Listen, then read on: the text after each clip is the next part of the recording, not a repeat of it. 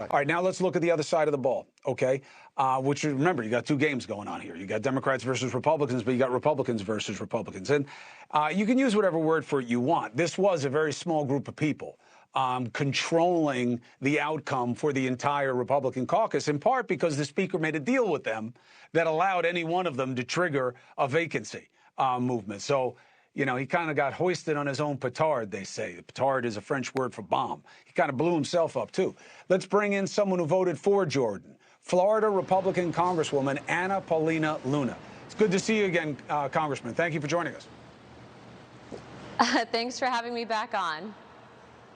So you see Representative Jimenez, and, you know, he's echoing what you hear from a lot of people there, which is we didn't want this. It was a handful of you guys that made this happen. You're not getting Jim Jordan. What do you say to that?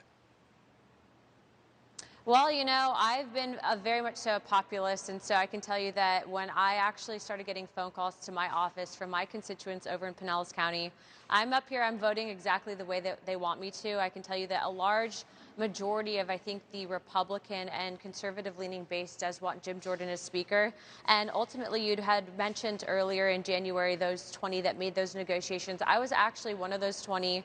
You'd mentioned motion to vacate. You know, for me, it was about really establishing and returning the House to regular order. And something like the motion to vacate was written into law essentially by Thomas Jefferson in Jefferson's manual. And so what it does is it allows the members ultimately to not be oppressed by the majority. And unfortunately, what you're seeing now is, I think, something that has been in the works long before my freshman class got here. I think that there are some trust issues up here in Washington, as I'm sure you can imagine.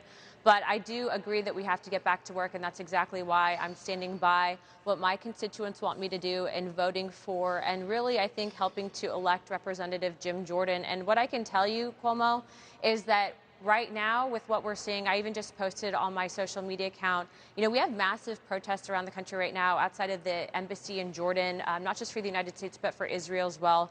We're facing essentially a war in the Middle East. We have our appropriations due in 30 days. And so there are a lot of people that, frankly, want to see Congress get back to work. And it feels like right now, if this doesn't get resolved, I don't know that there will be another speaker elected, because that's how, I think, contentious it's getting up here.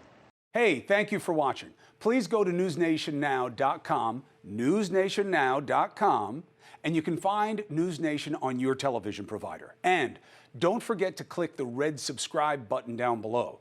Then you will get more of News Nation's fact-driven coverage.